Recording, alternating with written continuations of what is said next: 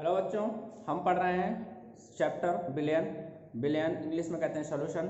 और इस चैप्टर में हम काफ़ी कुछ पढ़ चुके हैं और आज हम कंटिन्यू करेंगे अपने अणुसंघ गुणधर्म को।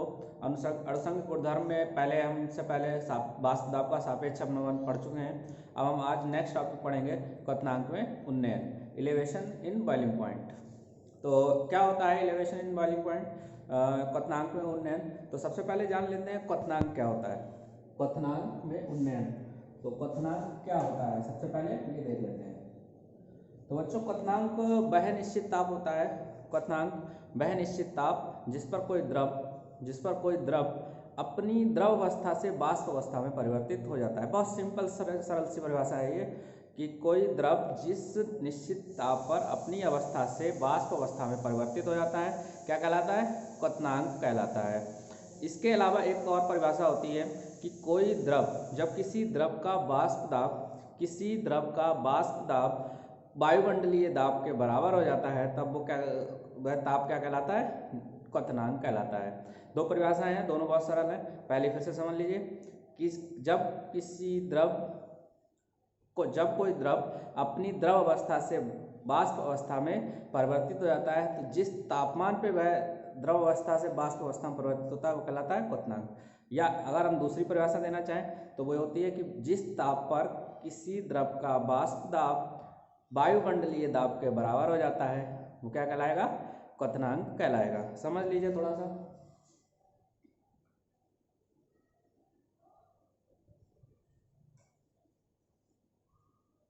एक पात्र लिया और इसमें क्या भरा है? इस पात्र में द्रव भरेंगे। क्या भरेंगे? द्रव। इस पात्र में थोड़ा सा द्रव भर दिया, लिक्विड। क्या भर दिया? लिक्विड या द्रव। अब इसमें द्रव भरा है, अब इसको हमने नीचे से गर्म करना शुरू किया। क्या किया? गर्म करना स्टार्ट किया। अब जब हम इसको गर्म करना शुरू करेंगे तो ये द्रव क्या होगा? गर्म होगा, धीरे धीरे गर्म होता चला जाएगा।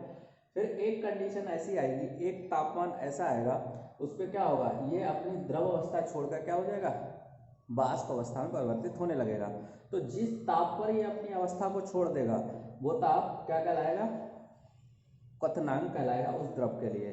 जैसे जिस ताप पर, जैसे जल का उदाहरण ले लेते हैं, तो यहाँ इसमें जल भरा है। जैसे ही जल गर्म करेंगे, गर्म करते जाएंगे, इसका तापमान बढ़ेगा। जैसे 30 degree, 40 degree, 50 degree, 60 degree, 70 degree, 80 degree, 90 degree. और 90 के बाद जैसे ही 95 होगा, 96 होगा, जैसे ही इसका टेम्परेचर 100 डिग्री होगा तो 100 डिग्री पर क्या होगा? ये द्रव नहीं रहेगा, द्रव से क्या होगा? वाष्प बनने लगेगा। तो उस 100 डिग्री को क्या कहते हैं? जल का क्वथनांक कहते हैं। तो क्वथनांक बच्चों समझ में आ गया होगा। अब हम समझते हैं क्वथनांक का उन्नयन क्या होता है। तो इससे पहले आपने पढ़ा वाष्प दाब में सापेक्ष अपनमन। तो उसमें क्या किया था हमने? इसमें क्या मिलाया था? ठोस। क्या मिलाया था? ठोस। तो यहां पर भी हम इसमें क्या मिलाते हैं? अविलेय ठोस, अवाष्पशील ठोस, सॉरी, क्या मिलाते हैं? अवाष्पशील ठोस। तो जब किसी द्रव में अवाष्पशील ठोस मिलाते हैं तो उसके वाष्प दाब में कमी होती है। क्या होती है? वाष्प दाब में कमी होती है। यही तो पढ़ा था आपने कि किसी भी द्रव में अवाष्पशील ठोस मिलाने पर उसके सापेक्ष वाष्प दाब में अवनमन होता है। यही पढ़ा था हमने पहले नियम में। तो पहला नियम हमारा यही कहता है वाष्प दाब में कमी होती है। वाष्प दाब में कमी क्यों होती है आपने जान लिया था। क्यों? क्योंकि ये जो कण होते हैं ये क्या होते हैं? सतह पर आ जाते हैं और इसमें मिल जाते हैं, जिसकी वजह से क्या होता है? वाष्प पूरी तरीके से यहाँ से निकल नहीं पाती और वाष्प दाब जो पहले वाष्प दाब बनता था वो वाष्प दाब अब नहीं बन पाता। तो अब क्या होगा? जब पूरी तरीके से वाष्प दाब बनेगा नहीं, तो हमें यहाँ क्या करना पड़ेगा? बहुत ज़्यादा गर्म करना पड़ेगा। भाई ज़्यादा वाष्प चाहिए तो ज़्यादा गर्म करना पड़ेगा। जब पहले तो वाष्प, जब विलेय मिला नहीं था, पहले विलेय नहीं मिला था, खूब वाष्प बन रही थी, गर्म कर रहे तो खूब वाष्प बन रही थी। लेकिन अब क्या कंडीशन है? अब विलेय मिल गया तो ये क्या हो रहा है? वाष्प दाब उत्पन्न नहीं कर रहा है जितना उसे करना चाहिए था। तो अब क्या होगा? हम इसको और गर्म करेंगे तो जितना ज़्यादा गर्म करेंगे उतना ही क्या होगा? वाष्प बनेगी। उतनी तो नहीं बनेगी लेकिन पहले से ज़्यादा, यानी कि अब जितना ज़्यादा तापमान बढ़ाने पर ही वाष्प उत्पन्न होगी। तो इसका मतलब जितना ज़्यादा तापमान आप बढ़ाएंगे तो उतना ही ज़्यादा क्या चाहिए आपको उस, भाई पहले ये जल था, पहले 100 डिग्री सेल्सियस पर ही ये वाष्प उत्पन्न करने लग रहा था, लेकिन हमने इसमें कुछ ठोस मिला दिया, तो अब ये 100 डिग्री पर वाष्प उत्पन्न नहीं करेगा। तो कितने पर करेगा? 100 से थोड़ा सा ज़्यादा, यानी कि 110 पे करेगा, 120 पे करेगा। तो क्या होगा कि जब ये 100 डिग्री से ज़्यादा उत्पन्न करेगा तो इसका मतलब क्या, क्वथनांक में बढ़ोतरी हो गई। क्वथनांक में क्या हो गई? अधिकता हो गई, इसलिए इसको कहते हैं क्वथनांक में उन्नयन। क्वथनांक में उन्नयन। तो तब समझ में आ गया होगा।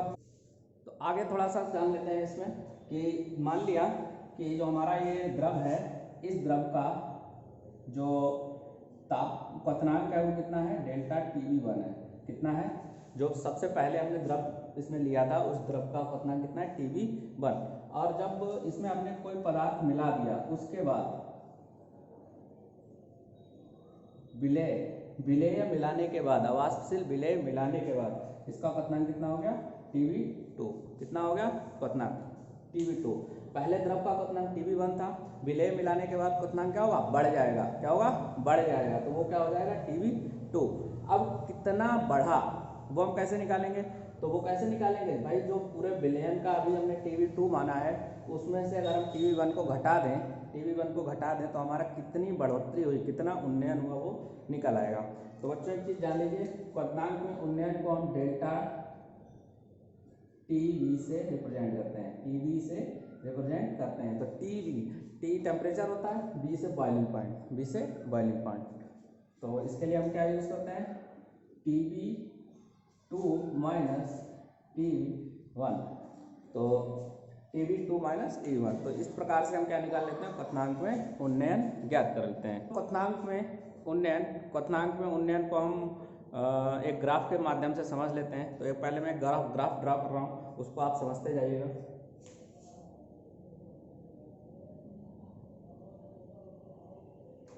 ये मैंने एक ग्राफ ड्रा कर रहा है। ये जो ग्राफ है इसमें नीचे के लिए क्या रहेगा? नीचे रहेगा ताप। क्या रहेगा? ताप। और ऊपर रहेगा वाष्प दाब। क्या रहेगा? वाष्प दाब। इस साइड वाष्प दाब रहेगा, इधर तापमान रहेगा। तो इसको थोड़ा सा समझ लीजिए। मान लिया यहाँ T1 टेम्परेचर पर, ये T1 टेम्परेचर है। कितना टेम्परेचर है? T1 temperature. यहाँ पर कुछ टेम्परेचर P1 रहा होगा, यहाँ T1 टेम्परेचर, यहाँ कितना होगा? P1 pressure. तो यहाँ पर एक मेरी वैल्यू आई होगी किसके लिए? भाई मैंने द्रव मिलाया था A। क्या मिलाया था? द्रव A। कोई द्रव A विलायक, कोई भी एक विलायक लिया था द्रव A सबसे पहले शुरुआत में, एक बर्तन उसमें द्रव लिया था A। तो A को मैंने गर्म करना स्टार्ट किया। क्या किया? गर्म करना शुरू किया। तो T1 टेम्परेचर में वाष्प दाब यहाँ पर P1 आया। क्या है? P1। थोड़ा और गर्म किया, तो यहाँ पर T2 टेम्परेचर पर एक वाष्प दाब आएगा। भाई ज़्यादा ही आएगा ना, क्योंकि जितना ज़्यादा गर्म करेंगे वाष्प दाब भी क्या होगा? उतना ही ज़्यादा बढ़ेगा। तो क्या होगा? पहले की तुलना में यहाँ P2 पर जो हमारा P2 आएगा वो क्या आएगा? वो T1 से ज़्यादा आएगा। ऐसे ही T3 पर लेंगे तो वो भी क्या आएगा? ज़्यादा आएगा। यानी हमारा ग्राफ कैसा बनेगा? इस तरीके से। कैसा बनेगा? ऊपर के लिए, क्योंकि जैसे जैसे टेम्परेचर बढ़ाएंगे वैसे वैसे क्या होगा? वाष्प दाब भी इंक्रीज होगा, बढ़ेगा। भाई जैसे जैसे गर्म करेंगे वैसे ही द्रव को वाष्प दाब क्या होगा? बढ़ने लगेगा। तो ये हमारा किसके लिए आया? A के लिए। किसके लिए? A के लिए। तो ये हमारा था A के लिए। ये हो गया A के लिए, समझ गए होंगे आप। अब मान लेते हैं यहाँ पर ये हमारा क्या है? ये जो लाइन है यह है 1 ATM, एक वायुमंडलीय दाब के। ये हमारा ये प्रेशर कितना है? एक वायुमंडलीय दाब। यहाँ पर इसको हम P मान लेते हैं। क्या मान लेते हैं? P। तो यहाँ पर ये हमारा है P, ये जो सब वैल्यू है वो क्या है? 1 ATM, एक वायुमंडलीय दाब। तो एक वायुमंडलीय दाब जो हमारा P है, तो यानी कि इस पॉइंट पे क्या होगा? जब वायुमंडलीय दाब के बराबर हो जाएगा किसी द्रव का, भाई किसी द्रव का वाष्प दाब वायुमंडलीय दाब के बराबर है तो क्या कहलाएगा? क्वथनांक कहलाएगा। क्या कहलाएगा? क्वथनांक। यानी ये जो बिंदु है A के लिए, द्रव A के लिए वो क्या होगा? क्या होगा, टीवी 1, क्या होगा, टीवी 1, इसका क्वथनांक होगा, क्या होगा, क्वथनांक, यानी ये जो आएगी समय क्या होगी, क्वथनांक होगी। अब हम ले लेते हैं, जब हम इसमें एक विलय मिला लेते हैं, क्या मिला लेते हैं, विलय, विलय मिलाने के बाद विलयन बन जाएगा, विलयन बन जाएगा। अब विलयन बन जाएगा तो उस विलयन के लिए देख लेते हैं। मान लिया हमारा भाई विलयन है तो उसका क्वथनांक क्या होगा, वाष्प दाब। भाई विलय मिलाने के बाद वाष्प दाब क्या होगा, घट जाएगा, वाष्प दाब घट जाएगा, इससे ज़्यादा थोड़ी ना आएगा वाष्प दाब। वाष्प दाब क्या होगा, ए से कम आएगा, वाष्प दाब ए से कम आएगा। पिछला आपने नियम पढ़ा सापेक्ष अवनमन, क्या पढ़ा, सापेक्ष अवनमन, यानी कि वाष्प दाब क्या होगा, घट जाएगा। ए बी के लिए क्या होगा, वाष्प दाब घट जाएगा, वाष्प दाब घट जाएगा तो हम उसको कहाँ लिखेंगे, यहाँ पर लिखेंगे। यानी जब हमारा वाष्प दाब घट गया तो, लेकिन वाष्प दाब एक की तुलना में घटेगा, वाष्प दाब एक की तुलना में घटेगा, लेकिन क्या होगा, अपने में तो बढ़ेगा भाई, इससे तो ज़्यादा होगा, यहाँ होगा ये, तो यानी कि इसके लिए जो हमारे लाइन ड्रा होगी वो क्या होगी, कुछ ये होगी इस तरीके से। भाई ए की सापेक्ष में कम होगा ए बी का, ए बी के सापेक्ष में जो लाइन होगी ड्रा होगी क्या होगी, कम होगी, तिरछी हो गई थोड़ी सी, ठीक है, लेकिन क्या होगी, इससे तो कम आएगी, ठीक। अब यहाँ पर ये जो पॉइंट इसका बना, ये क्या है,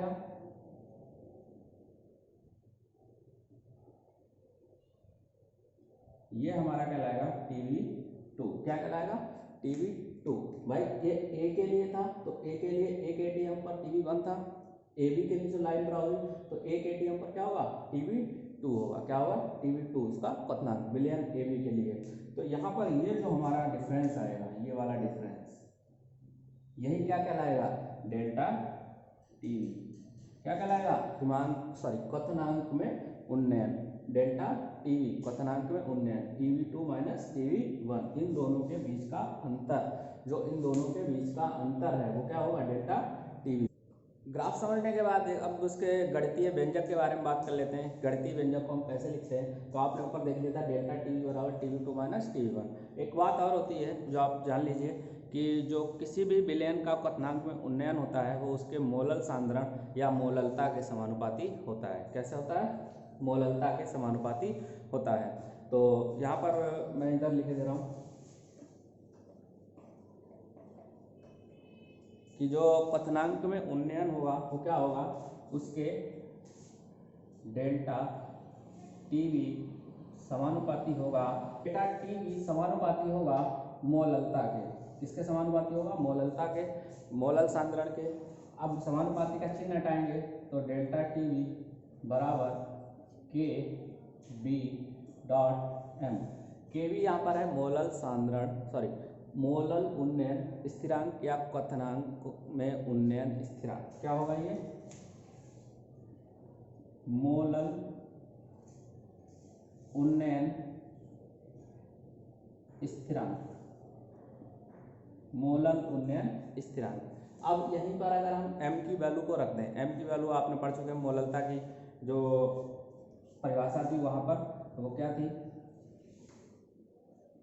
m is equal to small w into 1000 upon capital W into capital M, विलेय के मोलों की संख्या बटे विलायक का द्रव्यमान, विलायक का भार, ये विलायक का भार हो गया कैपिटल W, विलायक का भार, W अपॉन M क्या हो गया, विलेय का मोलों की संख्या इंटू 1000, किलोग्राम में ले रहे हैं इसलिए इस वैल्यू को अगर हम यहाँ रख दें तो ये क्या हो जाएगा, डेल्टा टीवी बराबर K V into W into 1000 upon capital W into capital M, क्या होगा, कैपिटल M।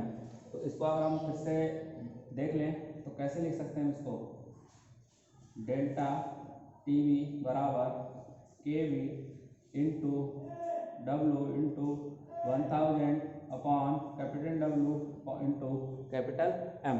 अगर हम इसको के वी के टर्म में लिखें तब देखिए, के वी को इधर ले आए, बाकी सब उधर ले जाएं, के वी बराबर delta T V into capital W into capital M, के वी को यहाँ रहने दें, इन दोनों को उठा के ऊपर ले गए, इन दोनों को नीचे ले आए, तो स्मॉल W इंटू 1000, तो हमारा ये आएगा के वी के लिए।